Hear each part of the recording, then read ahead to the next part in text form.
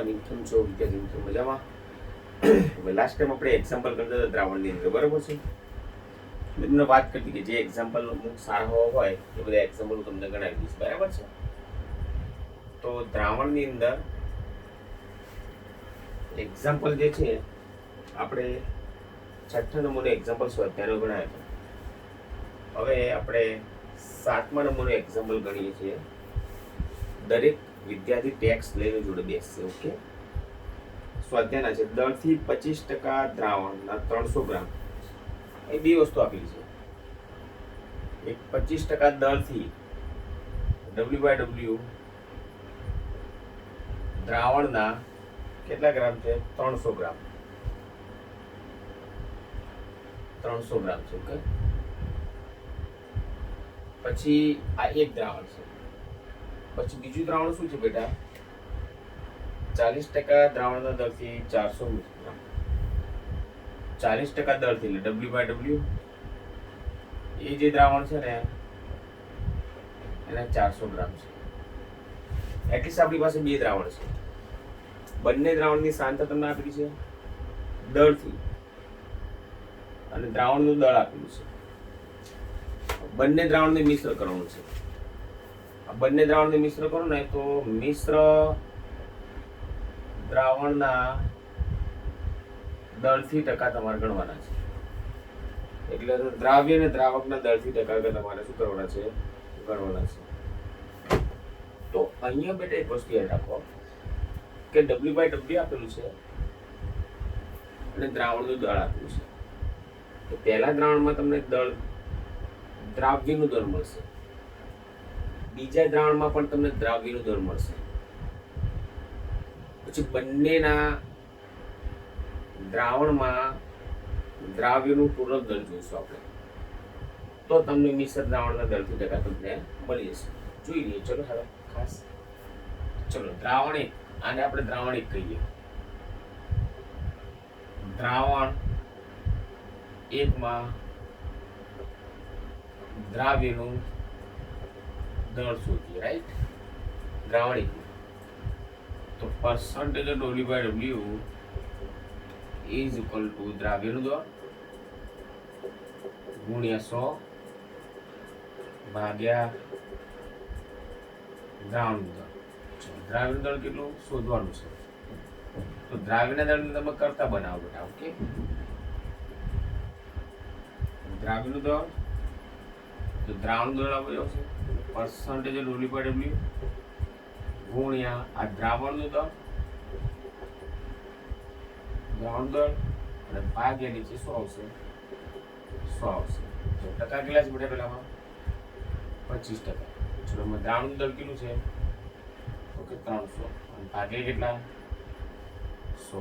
NEET ને ગયા પછી તરી 75 ગ્રામ. ચલો, હવે એ જ રીતે દ્રાવણ 2 માં દ્રાવ્યનું દળ, દ્રાવણ 2 માં દ્રાવ્યનું દળ. તો દ્રાવ્યનું દળ ને તો ટકા કેટલા? 40 માં દ્રાવણનું દળ કેટલું? તો કે 400 અને ભાગ્ય બેટા કેટલા? 100. 2 મીંડા ગયા, 4 ચોક 100, 160 ગ્રામ. ઓકે, તો આ દ્રાવણ 1 માં દ્રાવ્યનું દળ છે અને દ્રાવણ 2 માં દ્રાવ્યનું દળ છે. મિશ્ર કરીએ તો દ્રાવ્યનું કુલ દળ મળે. તો ચલો, દ્રાવ્યનું કુલ દળ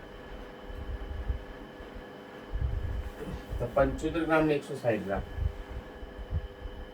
75 વત્તા 160, રાઈટ? એટલે 160 વત્તા 75 એટલે 5, 6 12 13 તગડો વધી 1 2 235 ગ્રામ. કેટલા ગ્રામ? ચલો, હવે દ્રાવણનું કુલ દળ, મિશ્ર દ્રાવણનું દળ, મિશ્ર દ્રાવણનું કુલ દળ. ચલો, એ કેટલા ગ્રામ છે? 300 ગ્રામ દ્રાવણના, અને એ દ્રાવણના કેટલા ગ્રામ છે? 400 ગ્રામ છે. તો 300 વત્તા 400 કેટલા થયા બેટા? 700 ગ્રામ. ઓકે, ચલો, percentage of W/W તો દ્રાવ્યનું દળ દ્રાવ્યનું દળ ગુણ્યા 100 ભાગ્યા દ્રાવણનું દળ. ચલો દ્રાવ્યનું દળ કેટલું ટોટલ? તો 235 ગુણ્યા 100 ભાગ્યા દ્રાવણનું કુલ દળ કેટલું? તો કે 700. એટલે 235 ભાગ્યા 700 એટલે 33.57% આવશે. કેટલું? 33.57%. કમ્પ્લીટ. સો ઇઝી એક્ઝામ્પલ છે. આમાં કોઈ તકલીફ પડે એવું છે? Okay right. જો નેક્સ્ટ એક્ઝામ્પલ આપણે જોઈએ. 8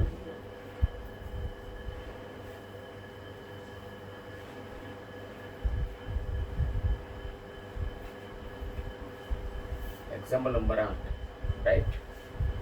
એમાં શું છે? એક પ્રતિ દ્રાવણમાં 22.6 ગ્રામ ઇથિલિન ગ્લાયકોલ, 22.6 ગ્રામ ઇથિલિન ગ્લાયકોલ બરાબર છે. C2H6O2 C2H6O2 આ એનું અણુસૂત્ર છે ઇથિલિન ગ્લાયકોલ. અને 200 ગ્રામ પાણીમાં મિશ્ર કરવાનું છે.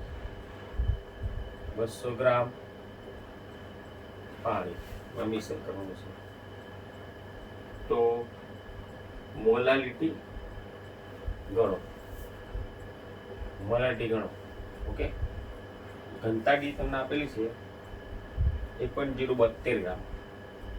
1.072 ગ્રામ મિલીલીટર્સ રાઈટ. તો પછી પાછી મોલારિટી ગણવાની. શું ગણવાની બેટા? મોલારિટી. ઓકે. ક્યાં બહુ દમ છે, ગણી નાખીએ આપણે. ઓકે ચલો મોલારિટી એટલે શું? તો મોલારિટી બરાબર 1000 ગુણ્યા દ્રાવકનું વજન ભાગ્યા દ્રાવકનો અનુભાર ગુણ્યા દ્રાવકનું વજન. ઓકે ચલો દ્રાવકનું વજન તમને આપેલું છે 22.6 ગ્રામ. દ્રાવકનું વજન પણ આપેલું છે 200 ગ્રામ. પણ અનુભાર એટલે ઇથિલિન ગ્લાયકોલનો અનુભાર. Ethylene glycol C2H6O2 right. અનુભાર જોઈએ એટલે 2 કૌંસમાં 12 રાઈટ, 6 કૌંસમાં 1 રાઈટ, 2 કૌંસમાં 100, 12 દુ 24 વત્તા 6 અને 16 દુ 30 62 ગ્રામ થશે. કેટલા ગ્રામ બેટા? 62 ગ્રામ પ્રતિ રાઈટ. બરોબર જ છે ને? Yes good. ઓકે ચલો હવે 1000 આ દ્રાવ્ય ઇથિલિન ગ્લાયકોલનું વજન 22.6 ગ્રામ. 22.6 ગ્રામ રાઈટ. ચલો અનુભાર કેટલો છે બેટા? 62 રાઈટ. દ્રાવકનું વજન પાણીનું વજન. દ્રાવક એટલે પાણી ને બેટા 200 ગ્રામ. તો આ મોલારિટી તમને મળી જશે. એ મળે છે તમને કેટલી? 17.95. ઓકે 17.95 આ તમને મળી. એની જોઈ જઈએ એવું ક્યાં છે. કેલ્ક્યુલેટરનો ઉપયોગ કરીને ગણી નાખીએ.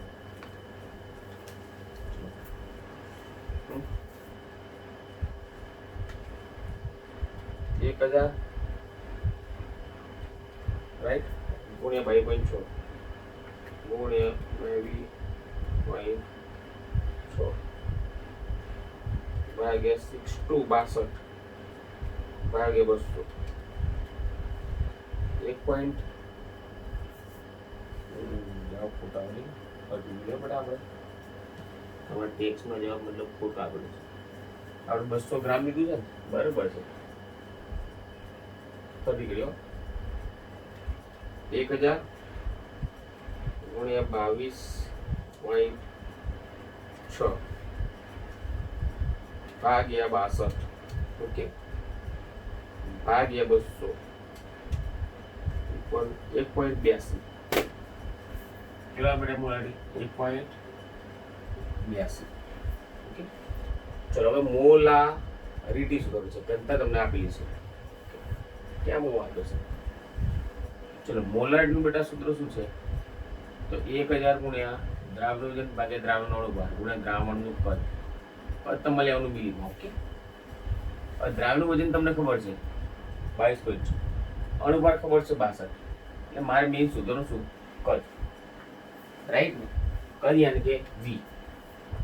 तो घनता तमने आपली जो घनता बधी कद शोधा ने, चलो घनता बराबर दળ ભાગ્યા કદ। ओके, तो मारे कद જોઈએ તો કદ બરાબર દળ ભાગ્યા ઘનતા। ओके, चलो घनता તમને આપેલી છે પણ દળ મારે કુલ જોઈએ તો 22.6 છે ને 200 ગ્રામ છે। હા 222 લે। ओके, यार 222.6 છે। મેં કેમ આમ થાય, ચલો ફરીથી કરીએ બેટા। 222.6 નો 222.6 કરી નાખ્યો કે ચિંતા ના કરશો। 1000 ગુણ્યા 222.6 ભાગ્યા 62 ભાગ્યા 200 17.5 17.5। ओके, હવે કુલ દળ માં ગયો ને આ શું જો દ્રાવણનું કદ છે, દ્રાવણનું દળ ને દ્રાવણની ઘનતા। તો દ્રાવ્યનું કદ દ્રાવકના કદનો માં શું કરવું પડે સરવાળો। એટલે 222.6 અને વત્તા 200 એટલે 422.6 હોય ને બેટા, 422.6 અને ભાગે ઘનતા કેટલી 1.072। Okay complete. ચલો ઘનતા બરાબર દળ ભાગે કદ, મારે કદ જોઈએ છે તો કદને કરતા ઘનતા નીચે જાય ને તો દળ ભાગે આ ઘનતા થાય। આ દ્રાવણનું કદ બરાબર દ્રાવણનું દળ ભાગે દ્રાવણની ઘનતા। સો દ્રાવણની ઘનતા તમને આપેલી છે પણ દ્રાવણનું કદ દળ જોઈએ છે મારે, દ્રાવણનું દળ। તો દ્રાવણનું દળ એટલે દ્રાવ્યનું દળ વત્તા દ્રાવકનું દળ। તો દ્રાવ્યનું દળ વત્તા દ્રાવકનું દળ એટલે 222.6 વત્તા 200 એટલે 422.6, રાઈટ। 422.6 વત્તા ભાગ્યા 422.6 ભાગ્યા 1.072 એટલે થશે 394.2 394.2 મિલી। ઓકે, આ આવ્યું તમારે v કદ। ચલો હવે મોલારિટીમાં સૂત્ર મૂકી દઈએ। સો 1000 ગુણ્યા દ્રાવ્યનું વજન 222.6 અણુભાર 62 ગ્રામ, કદ આવી બેટા કેટલું 394.2। તમારે જે જવાબ આવે એ જવાબ આવે છે 9.10 અને મોલારિટી આવશે તમારે 9.10। ઓકે, તો આ તમારો જવાબ કમ્પ્લીટ। ઈઝી એક્ઝામ્પલ છે। મોલાલિટી બરાબર 1000 ગુણ્યા દ્રાવ્યનું ભાગે દ્રાવણનો દ્રાવ્યનો અણુભાર ગુણ્યા દ્રાવકનું વજન। 1000 ગુણ્યા દ્રાવ્યનું વજન ભાગે દ્રાવ્યનો અણુભાર ગુણ્યા દ્રાવકનું વજન। દ્રાવ્યનું વજન 222.6, અણુભાર સુધી 62 અને દ્રાવકનું વજન 200 એટલે 17.95। ચલો અમારે મોલારિટી શોધવી છે। શું મોલારિટી? 1000 ગુણ્યા દ્રાવ્યનું વજન ભાગે દ્રાવ્યનો અણુભાર ગુણ્યા દ્રાવણનું કદ। વજન તમને આપેલું છે 222.6, અણુભાર 62 છે પણ મારા શોધવું પડે તો ઘનતા આપેલી છે ને, દ્રાવણની ઘનતા પર દ્રાવણનું દળ ભાગે દ્રાવણનું કદ। કદને કરતા બનાવો તો દળ ભાગે ઘનતા થાય। દળ એટલે દ્રાવણનું દળ એટલે દ્રાવ્યનું દળ વત્તા દ્રાવકનું દળ 422.6 અને ઘનતા આપેલી છે એટલે 394. ક્યાં યાર થોડું ક્યાં છે દાખલો? ચલો હવે એક્ઝામ્પલ નંબર આપણે કરીએ।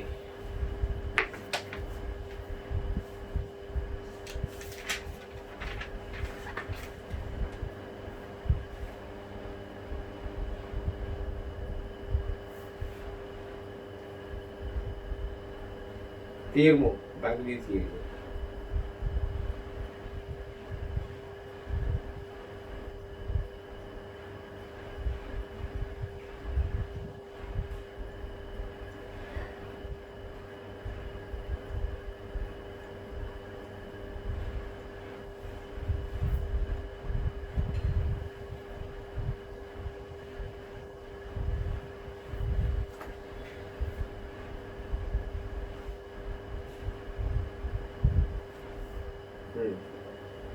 જે નહીં આવડે એ બધા દાખલો તમે ગણાવી પડે એટલે એમાં તમારે કોઈ તકલીફ પડે નહીં. ચલો 17મું એક્ઝામ્પલ છે. ઓકે, કયો નંબર એક્ઝામ્પલ? 17મા નંબર.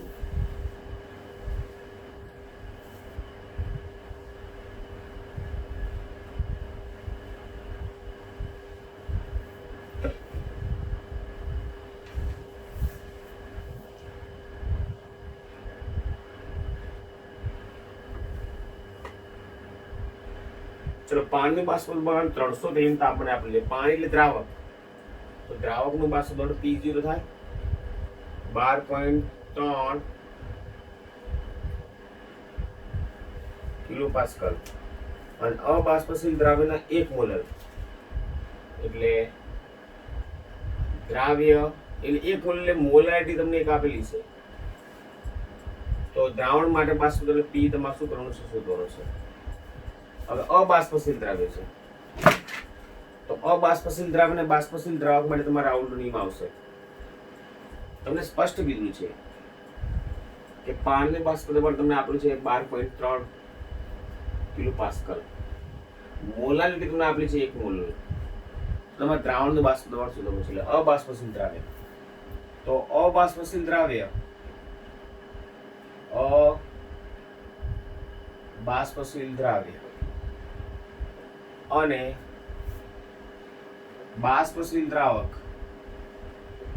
બાષ્પશીલ દ્રાવક માટે રાઉલ્ટ નિયમ. રાઉલ્ટ નિયમ તમે જાણો છો, P0 - P/P0 is equal to દ્રાવ્યના મોલ અંશ એટલે small n upon capital N, right? દ્રાવ્યના મોલ અને દ્રાવકના મોલ. ચલો P0 તમને આપેલું છે, P શોધવાનું છે, પણ મોલારિટી તમને એક આપેલી છે એટલે જેટલી મોલારિટી હોય એટલે દ્રાવ્યના મોલ હોય અને દ્રાવકના મોલ તો હંમેશા 55.55 જ લેવા પડે. આ કોન્સેપ્ટ ક્લિયર છે. જેટલી મોલારિટી હોય એટલે દ્રાવ્યના મોલ હોય અને દ્રાવકના મોલ તો 55.55 મોલ જ હોય, રાઈટ? તો P0 12.3 minus P upon 12.3 is equal to 1/1 plus 55.55, right? So આ 12.3 માઇનસ P આ 12.3 ઉપર જશે અને આ 56.55 થાય ને બેટા, માઇનસ P પેલી બાજુ ગયું એટલે 12.3 અને આ બાજુ આવ્યું એટલે માઇનસ 12.3 ભાગ્યા 56.55 અને બરાબર P થઈ ગયું, રાઈટ? તો જોઈ લઈએ. ચલો 12.3 ભાગ્યા 56.55, 12.3 ભાગ્યા 56.55 એટલે 0.22 આવ્યો એટલે 12.3 માઇનસ 0.22 બરાબર P. સો P બરાબર 12.3 માઇનસ 0.22 એટલે 12.3 માઇનસ 0.22 એટલે 12.08 આવ્યો. 12.08 કિલો પાસ્કલ તમારો જવાબ આવ્યો. તો દ્રાવણનું બાષ્પીભવન તમને મળી ગયું. Okay, clear, complete. સો ઇઝી એક્ઝામ્પલ છે, આમાં કંઈ બહુ માથું કરવા જેવું છે નહીં, પણ તમને ખ્યાલ આવવો જોઈએ કે દ્રાવકનું બાષ્પીભવન છે, મોલારિટી આપેલી છે, દ્રાવણનું બાષ્પીભવન તમે શું કરવાનું છે? શોધવાનું છે. પણ જેટલી મોલારિટી હોય એટલા મોલ દ્રાવ્યના મોલ અને દ્રાવણના મોલ તો દ્રાવકના મોલ તો હંમેશા 55.55 જ હોય. એક્ઝામ્પલ છે ક્લિયર? ઓકે.